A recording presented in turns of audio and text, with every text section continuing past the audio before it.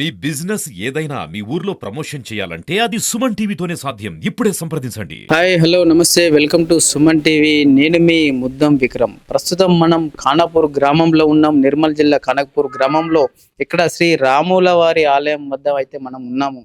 ఈ ఆలయానికి 450 సంవత్సరాల చరిత్ర గలది. ఇక్కడ 450 సంవత్సరాల క్రితం గోండు రాజు ఇక్కడ పరిపాలించడం జరిగింది. ఆ గోండు రాజువారు ఇక్కడ ఆంజనేయుడు స్వామి విగ్రహాన్ని, అది కూడా రాతితో కాకుండా చెక్కతో చేయడం జరిగింది. ఆంజనేయుడు స్వామి విగ్రహం ఇక్కడ చెక్కతో ఇక్కడ మనం చూస్తా ఉన్నాం. అక్కడ చూడండి. దాంతో పాటు ఇక్కడ పక్కకే ఈ ఆంజనేయ స్వామి యొక్క గద కూడా ఇక్కడ ప్రతిష్ఠించడం జరిగింది. రాను రాను ఈ గుడి మెల్లిమెల్లిగా అభివృద్ధి చెంది ఇక్కడ రాములవారి ఆలయం పెద్ద ఎత్తున ఇక్కడ వెలిసింది. ఈ ఆలయం యొక్క విశిష్టత ఏంది అనంటే ఇక్కడ ఈ రావి చెట్టు అనే చెప్పవచ్చు. ఎందుకనంటే ఈ రావి చెట్టు లోపల ఇక్కడ చూస్తే మనకు నాగేంద్రుడు ఇక్కడ ఒక భక్తుడి కలలోకొచ్చేసి, నేను ఇక్కడ వెలిసాను, నన్ను పూజించండి, నేను మీకు అంతా మంచి చేస్తానని చెప్పేసి చెప్పడం జరిగింది. ఆ భక్తుడు ఇక్కడికొచ్చేసి ఈ రావి చెట్టు దగ్గర ఇక్కడ చూస్తే మనకి ఇక్కడ మొక్కడం అయితే జరిగింది. దాని తర్వాత ఏమైపోయింది అనంటే ఇక్కడ మనం కంప్లీట్‌గా చూస్తా ఉంటే నాగేంద్ర స్వామి వారి ఆకారం మనం ఇక్కడ ఈ రాగి చెట్లు అయితే మనం చూడవచ్చు. ఇది ఈ ఆలయం యొక్క విశిష్టత. ఇక్కడ సర్పదోషాలు ఉన్నవాళ్ళు, సంతానలేమి ఉన్నవాళ్ళు, ఏదన్నా సమస్యలు ఉన్నవాళ్ళు ఇక్కడికొచ్చి మొక్కుతా ఉంటే వాళ్ళ సమస్యలు ఇట్టే తీరిపోతాయని చెప్పేసి ఇక్కడ ఈ ఆలయ కమిటీ నిర్వాహకులు, భక్తులు పెద్ద ఎత్తున అయితే మనకు చెప్తా ఉన్నారు. దాంతో పాటు ఇక్కడ ఈ రాములవారి ఆలయం గోదావరి నది తీరానికి దగ్గర ఉండడంతో ఒక భద్రాద్రి రాములవారు, ఒక అయోధ్య రాములవారు ఎంతైతే ప్రసిద్ధి పొందుతున్నారో ఇక్కడ ఈ రాములవారు కూడా అంతే ప్రసిద్ధిగా ఇక్కడ విరాజిల్లుతా ఉన్నాడు. భక్తుల కొంగు బంగారమై ఇక్కడ పూజించబడతా ఉన్నారు. ఇది ఎంతో అదృష్టం ఉంటే గాని ఈ ఆలయ దర్శనం అయితే మనం చేసుకోలేమని చెప్పాలి. ఎందుకంటే ప్రతి ఒక్క భక్తుడు ఇక్కడికొచ్చేసి వాళ్ళు ఈ స్వామివారి దర్శనం చేసుకోవడం వల్ల వాళ్ళకున్న అష్ట దరిద్రాలు గాని, దాంతో పాటు ఏదన్నా సమస్యలు ఉంటే ఇట్టే తీరిపోతాయని చెప్పేసి ఇక్కడ చెప్తా ఉన్నారు. ఇప్పుడు ఈ ఆలయం యొక్క విశిష్టత గురించి, దాంతో పాటు ఈ ఆలయం యొక్క చరిత్ర గురించి ఇక్కడ ఆచార్యుల వారిని, దాంతో పాటు ఇక్కడ ఆలయ కమిటీ సభ్యులను మనం అడిగి తెలుసుకుందాం.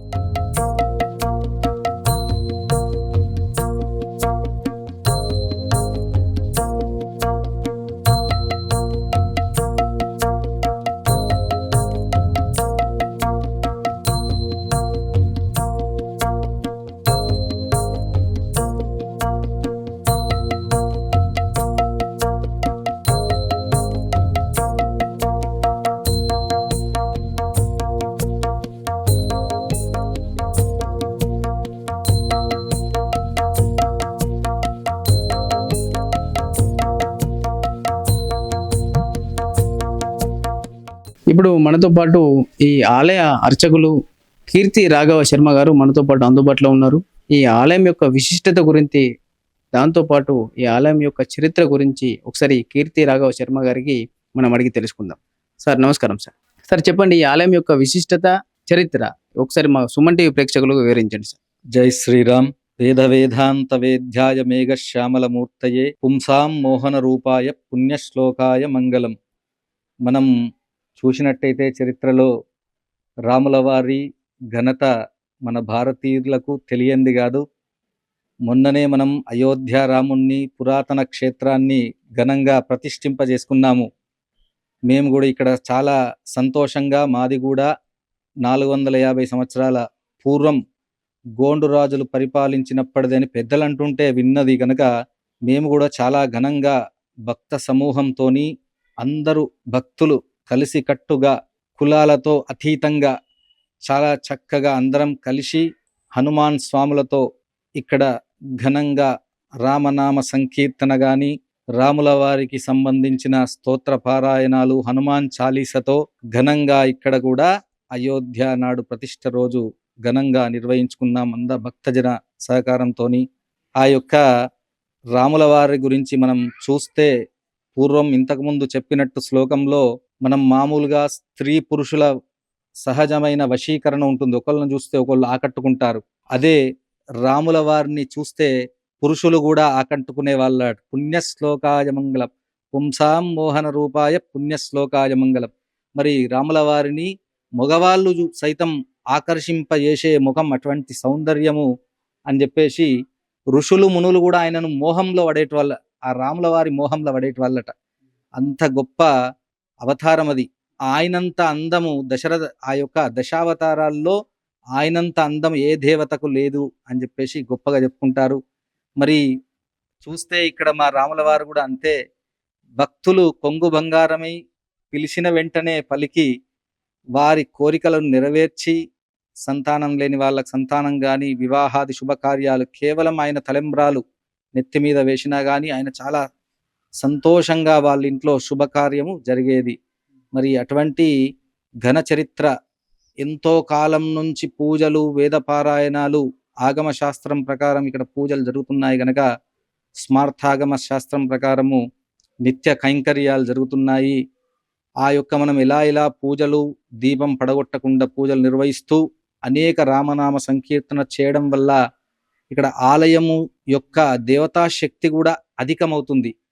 అదే మనకు కోరికలు నెరవేరుస్తుంది.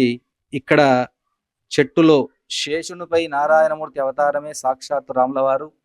మరి శేషుని కింద, పడగ కింద నారాయణమూర్తి ఉన్నట్టుగా ఇక్కడ సాక్షాత్తు విష్ణుమూర్తి స్వరూపం అని మన వేదం చెప్తుంది. ఏది?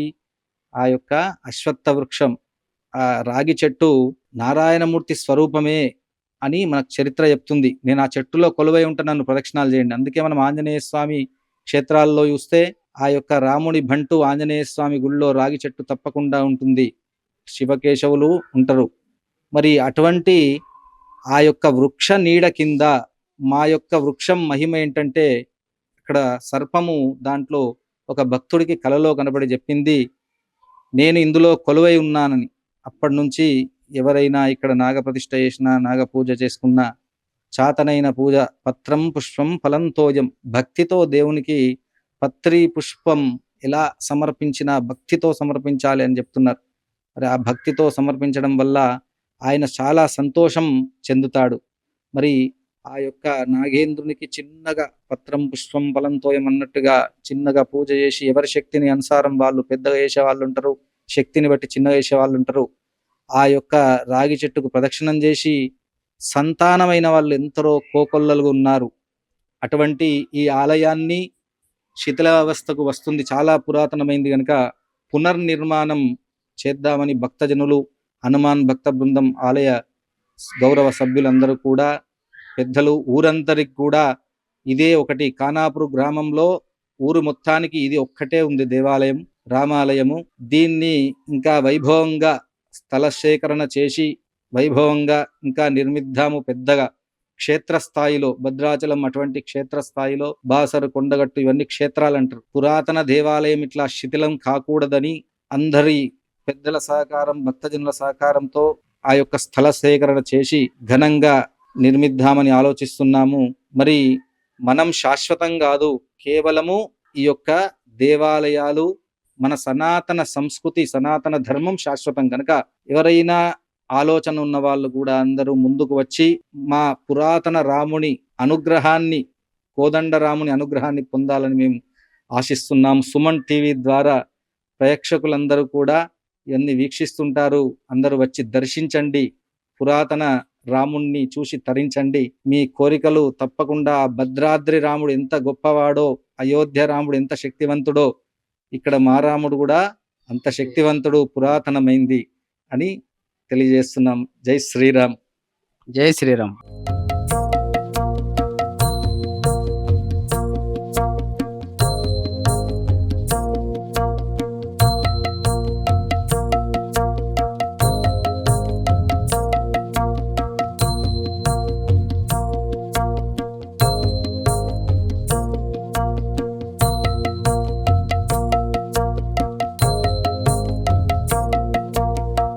అదండి, ఇక్కడ ఇంతకుముందు పూజారి గారు చెప్పినట్టు ఇక్కడ 450 సంవత్సరాల క్రితం గోండు రాజు ఇక్కడ ఈ ఆలయాన్ని, ఇక్కడ విగ్రహాన్ని ప్రతిష్టాపించారు. అది కూడా ఒక చెక్క కలపతోని చేసిన ఈ విగ్రహం ఇక్కడ మనకు ఇక్కడ కనబడతా ఉంది. ఒకసారి దీని గురించి చూద్దాం పదండి.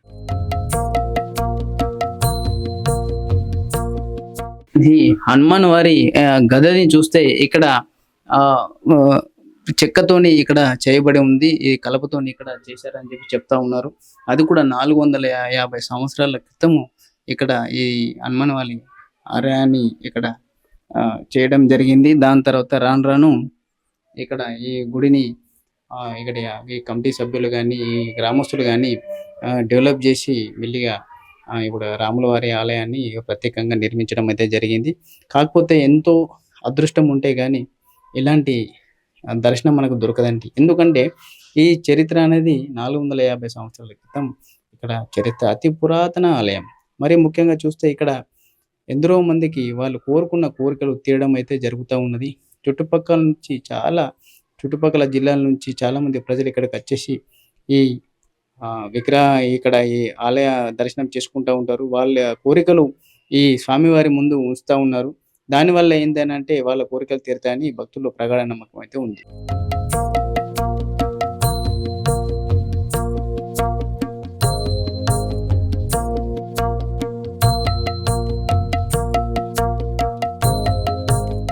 అదే అండి. ఈ గుడి యొక్క మరో విశిష్టత ఏందంటే ఇక్కడ ఈ రాగి చెట్టు ఇక్కడ ఉంది. ఇక్కడ ఒక భక్తుడికి నాగేంద్రల స్వామివారు కలలోకొచ్చి నేను ఇక్కడ వెలిశాను, నన్ను పూజించండి అని అతని కలలో చెప్పడం అయితే జరిగింది. ఇక్కడ చూస్తే మనం ఇక్కడ నాగేంద్రుని ఆకారం అంటే పాములాగా ఉండే ఆకారం అయితే ఇక్కడ మనకు కనిపిస్తా ఉంది. దాని లోపల ఒక చిన్న నాగేంద్రుడు ఉన్నట్టు కూడా ఒక చిన్న ఆకారం అయితే కనిపిస్తా ఉంది. ఇక్కడ చాలామంది సంతానలేమి ఉన్నవాళ్ళు అంటే సంతానం కలగకపోవడము, పిల్లలు పుట్టకపోవడం లాంటి వాళ్ళు ఎందరో మంది ఇక్కడికొచ్చి వాళ్ళు భక్తి శ్రద్ధలతో ఇక్కడ వాళ్ళు ఈ నాగేంద్ర స్వామి వారిని పూజించడం వల్ల ఇక్కడ వాళ్ళకి సంతానం కలిగిందని ఇక్కడ చెప్తా ఉన్నారు. దాంతో పాటు ఇక్కడ చుట్టుపక్కల నుంచి చాలామంది ప్రజలు ఇక్కడికి వచ్చేసి వాళ్ళు ఇక్కడ వాళ్ళ కోరికలను ఇక్కడ నాగేంద్ర స్వామి వారి ముందు ఉంచితే వాళ్ళ కోరికలు తీరుతున్నాయని చెప్పేసి ఇక్కడ చెప్తా ఉన్నారు.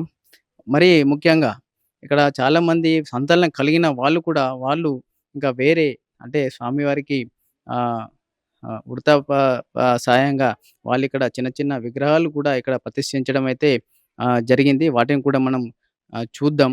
అయితే ఈ స్వామివారి దర్శనం చేసుకున్న తర్వాత ఓన్లీ సంతానలేమి వాళ్ళు ఉన్నవాళ్ళే కాదు. ఇంకా ఏ కోరికలున్నా వాళ్ళిక్కడొచ్చేసి ఒకసారి వాళ్ళు ఇక్కడ స్వామివారి ముందు వాళ్ళ కోరికలు ఉంచితే వాళ్ళ కోరికలన్నీ మన్నించి వాళ్ళకంతా మంచే జరుగుతుందని జెప్పేసి ఇక్కడ చెప్తా ఉన్నారు. ఒకసారి ఆ స్వామివారికి కానుకగా ఇచ్చిన చిన్న చిన్న విగ్రహాలు ఇక్కడ మనకున్నాయి. ఒకసారి మనం వాటిని చూద్దాం. అయితే ఇక్కడ చూడండి మనం ఇప్పుడు ప్రస్తుతానికి చూస్తూ ఉన్నాం. ఎందుకంటే చాలామంది భక్తులకు వాళ్ళ సంతానం కలిగిన తర్వాత వాళ్ళు ఆ స్వామివారికి ఉడత సాయంగా వాళ్ళు ఆ స్వామివారి విగ్రహాన్ని ఇక్కడ ప్రతిష్ఠించడం అయితే జరిగింది. ఇలా ఈ రావి చెట్టు చుట్టుపక్కల ఇలాంటి విగ్రహాలైతే ఇక్కడ మనకు చాలా కనిపిస్తా ఉన్నాయి. ఒకసారి వాటిని కూడా మనం చూసి తరిద్దాం.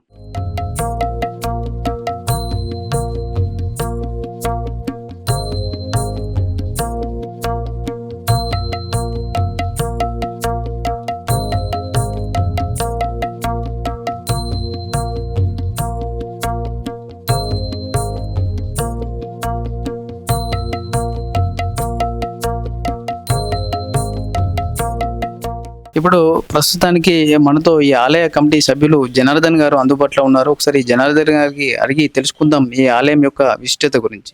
సార్ నమస్తే సార్. జై శ్రీరామ్. నేను గత 20 సంవత్సరాల నుండి ఈ టెంపుల్లో సేవకునిగానే పని చేస్తున్నాను.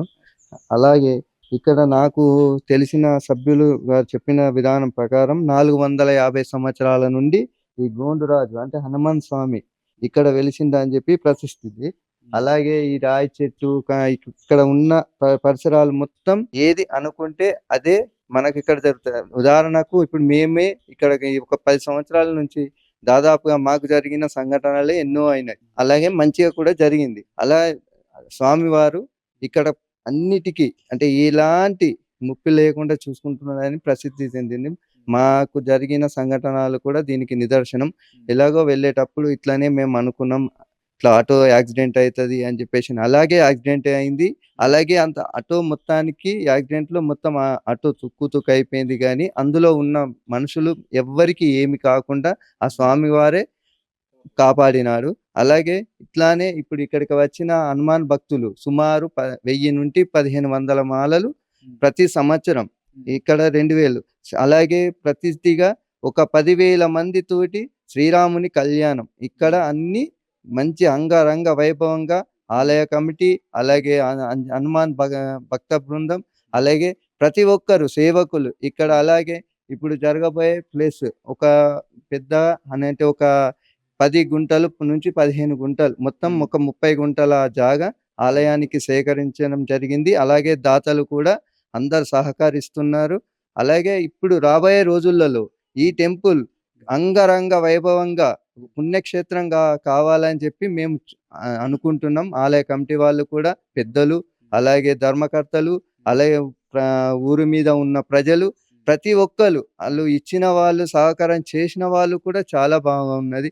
అలాగే ఈ ఆంజనేయ స్వామి ప్రతిష్టత ఏమి అనంటే, ఇప్పుడు వెళ్ళేటప్పుడు మేము ఇక్కడికెళ్ళి మొక్కి, అయ్యగారు నేను ఇక్కడ చేసుకుంటున్నాం, ఇది కావాలి అనంటే వాళ్ళకు ఆ పని అయిపోతుంది. సఫలితంగా ఏది కాకుండా ఖచ్చితంగా స్వామివారికి మొక్కి ఏ పని మనం మొదలుపెట్టినా ఆ పని తప్పకుండా అయితుందండి. ఇక్కడ ఎంతో మంది పిల్లలు గాక కొన్ని సంవత్సరాల నుండి నా ఊహ తెలిసి నాకిప్పుడు 40 సంవత్సరాలు, 42 సంవత్సరాలు.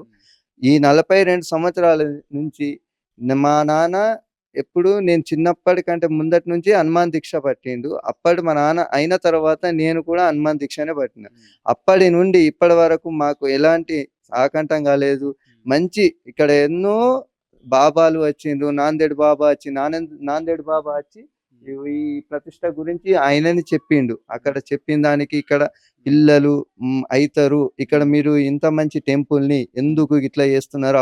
అభివృద్ధి చెందుతలేదు మీరని చెప్తే అప్పటి నుండి మా ఆలయ పెద్దలు, అధ్యక్షులు గారు గాని, ధర్మకర్తలు గాని అందరూ సహకరించి ఇక్కడికొచ్చేసి అందరూ మీటింగ్ చేసేసి ప్రతి ఒక్కరు చూసి ఇలాగే ఆలయాన్ని ఇంతలంచెలుగా మంచిగా చేసినాం. ఇప్పటి వరకైతే ఎలాంటి కానీ ఒకటిసారి ఇక్కడ ఇప్పుడు ఈ రావి చెట్టు దగ్గర ఇప్పుడు నాగేంద్ర స్వామి వెలిసిండ్రని చెప్తా ఉన్నారు. కానీ ఇప్పటికి ఇక్కడ పెద్ద నాగుపాము ఇక్కడ కనిపిస్తా అంటా ఉంటారు. అది ఎంతవరకు నిజం? ఇక్కడనైతే నాకైతే కనీసం ఒక 10 సార్లు హనుమాన్ దీక్షల్లోనే ఇక్కడనే పండుకున్నాం. పండుకున్నప్పుడల్లా మేము దాదాపు ఇప్పుడే మేము పండుకుంటలే. మేము పట్టబట్టి దాదాపు 20 సంవత్సరాల నుంచి హనుమాన్ దీక్ష 2005 నుంచి ఇందులో నేను క్యాషియరే చేసిన. 2005, 2006 నుంచి క్యాషియర్ చేసిన. అప్పుడు నేను హనుమాన్ దీక్షలోనే ఉన్నా. హనుమాన్ దీక్షలో ఉన్నప్పుడు మేము ఇక్కడ పండుకున్నప్పుడు మాత్రం నాగుపాము ఎప్పుడు తిరుగుతుండే. మాకైతే కనబడుతుండే. ఖచ్చితంగా కనబడుతుండే. సంవత్సరంలో ఒక్కసారైనా 2 సార్లు. ఇప్పుడు కొద్దిగా 5 సంవత్సరాల నుంచి ఇక్కడ వచ్చే వరకంటే డెవలప్‌మెంట్ నుంచి మనం చూడలేం గానీ, ఎప్పుడు నాగుపాము ఉంటది. నాగుపాము అదే నిజ రూపం ఇది. ఇది ఎవరు చెక్కింది కాదు. ఏం చేసారు అలాగే తల్లి, పిల్ల ఇది ఒక స్వభావం. అంటే ఇక్కడ వెలిసిన నాగేంద్రుడికే దీనికి సాక్ష్యం. ఇది కూడా 450 సంవత్సరాలు అని చెప్పేసి ఈ గుడి ఈ స్వామివారు, ఈ రాయి చెట్టు, ఇలాగే ఇక్కడ అన్ని దేవతలు అలాగే ఉన్నాయి. అందులో మన గజస్తంభం అంటే గద హనుమంతుడు అని చెప్పేసి అంటారు. అది గద ఇక్కడ ఆంజనేయ స్వామి. ఈ రెండు ఒకటేసారి. గద వేరు, హనుమంతుడు వేరు అని చెప్పేసి గోండు రాజులు ప్రతిష్ఠించిన ఆలయం. దీనికి ఎక్కువ శాతం గోండు రాజులు రావాలి. అప్పుడు గోండు రాజులు అంటే పేరు తెలియదు గాని చరిత్ర మాత్రం గోండు రాజులు ప్రతిష్ఠించిండ్రని చెప్పి ప్రసిద్ధి చెందిన ఆలయం ఇది. అతి పురాతన ఆలయం. అదండి సార్ చెప్పేది ఏంటంటే అతి పురాతన ఆలయం. ఇక్కడ నాగేంద్ర స్వామి వారు అంటే అమ్మవారు ఇక్కడ వెలిచారనడానికి ప్రతీకగా ఇక్కడ చాలా సార్లు వాళ్ళకి ఇక్కడ నాగుపాము ఇక్కడ కనపడడం అయితే జరిగిందట. ముఖ్యంగా సర్పదోషం ఉన్నవాళ్ళు, దాంతోపాటు సంతానలేమి ఉన్నవాళ్ళు, ఎటువంటి ఇంట్లో ఏదన్నా సమస్యలు ఉన్న వాళ్ళు ఇక్కడికి వచ్చి మొక్కుకుంటే వాళ్ళ సమస్యలు ఇట్టే తీరిపోతాయని చెప్పేసి ఇక్కడ జనార్దన్ సార్ అయితే చెప్తా ఉన్నారు.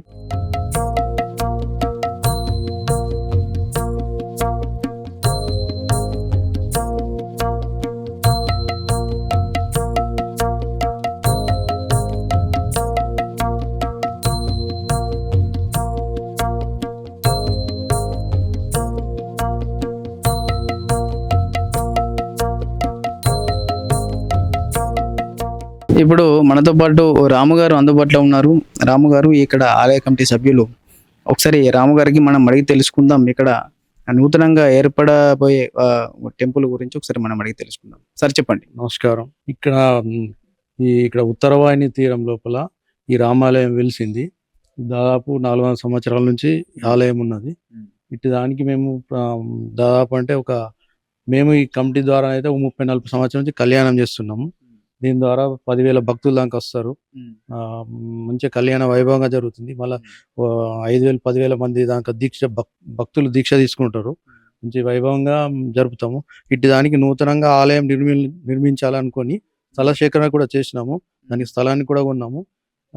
దానికి అందరూ ప్రజలు భక్తులు అందరూ భాగస్వామ్యం చాలా విరాళం ఇస్తున్నారు.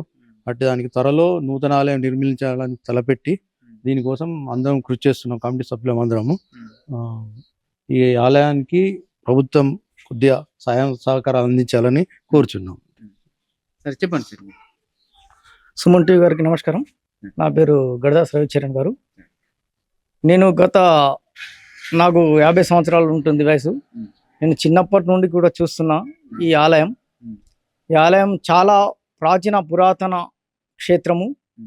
ఇక్కడికి ఎందరో మహామునులు, వేద పండితులు, మంచి మంచి వ్యక్తులు మన ఆలయానికి వచ్చి దర్శనం చేస్తున్నారు. మరి ఇది గోండు రాజులు పరిపాలించిన సామ్రాజ్యం ఈ శ్రీరామ్ నగర్లో. మాకు అందరికీ అదృష్టమైన వరం ఇది. ఇక్కడ ఈ రామాలయం కానీ, ఆంజనేయ స్వామి కానీ, పక్కనే పరమపవిత్రవాహిని ఉత్తరవాహిని గోదావరి తీరం. మరి మా దగ్గర ఇక్కడ ప్రతి సంవత్సరం హనుమాన్ దీక్ష మాలలు వేసుకోవడానికి ఖానాపూర్ మండలమే కాకుండా కడెం, పెంబి, దస్రాబాద్ చుట్టుపక్కల మండలాల నుండి పరమపవిత్ర వాహిని ఉత్తరవాహిని గోదావరిలో స్నానం ఆచరించి ఈ స్వామివారి దగ్గరికి వచ్చి మాలలు వేసుకోవడం జరుగుతుంది. ఉగాది నుండి స్టార్ట్ అయితే మాకు శ్రీరామనవమి వరకు ప్రతిరోజు ఎంతో కన్నుల పండుగగా అంగరంగ వైభవంగా భజన కార్యక్రమాలు, షావా ఊరేగింపులు, అలాగే మహిళలు మంగళారతులతో షావను ప్రతిరోజు ఊరేగింపు చేయడం. అలాగే ఇక్కడ భద్రాచలం లాగా రెండవ భద్రాచలం కోసం రామాలయం అతి చిన్నగా ఉన్నది కాబట్టి పెద్దగా చేయాలనుకొని మేము ప్రక్కనే ఉన్న స్థలం సేకరించడం. దానికి ప్రతి ఒక్కరు ఇంటింటికి, తర్వాత రాజకీయ నాయకులు, వ్యాపారవేత్తలు, విద్యావేత్తలు ప్రతి ఒక్కరు కూడా చందాదారులుగా మాకు సహకరించారు. స్థలం కూడా సేకరించడం అనేది. మేము ఈ భద్రాచలంలో ఎలాగైతే పక్కన గోదావరి ఇక్కడ రామాలయం ఉందో మాకు కూడా అలాగే ఉండాలని, మేము రామాలయం కట్టాలని మేము ఇప్పుడు ఉండే ప్రభుత్వం కోరుతున్న ఎండోమెంట్ ద్వారా మాకు కొద్దిగా సహకారాలు అందించి మా ఆలయానికి అభివృద్ధి చేయాలని మీకు నమస్కారం చేస్తున్నాం. తప్పకుండా అండి. ఎందుకంటే మీరు కోరుకున్న కోరిక ఖచ్చితంగా మన అందరి కోరికనే చెప్పవచ్చు. ఎందుకంటే రాముల వారి గుడి అనేది ప్రతి గ్రామంలో వెలిస్తే అక్కడ రామరాజ్యంగా అన్ని కుటుంబాల్లో సుఖ సంతోషాలతో వాళ్ళు జీవనం సాగిస్తూ ఉంటారని చెప్పేసి ఎప్పటి నుంచో ఉంది. అలాగే ఈ ఖానాపూర్ పట్టణంలో కూడా మీరు అన్నట్టు ఇక్కడ రాముల వారి గుడి, ఆ భద్రాద్రి రాముడు, అయోధ్య రాముడు ఎంత పేరు ఉందో అలాగే ఈ ఖానాపూర్ ఈ రాములవారి ఆలయం కూడా అంతే పెద్ద ఎత్తున పేరు ప్రతిష్టలు రావాలని చెప్పేసి, అంతే పెద్ద ఎత్తున విరజిల్లాలని చెప్పేసి మేము సుమన్ టీవీ తరపున కోరుతా ఉన్నాం.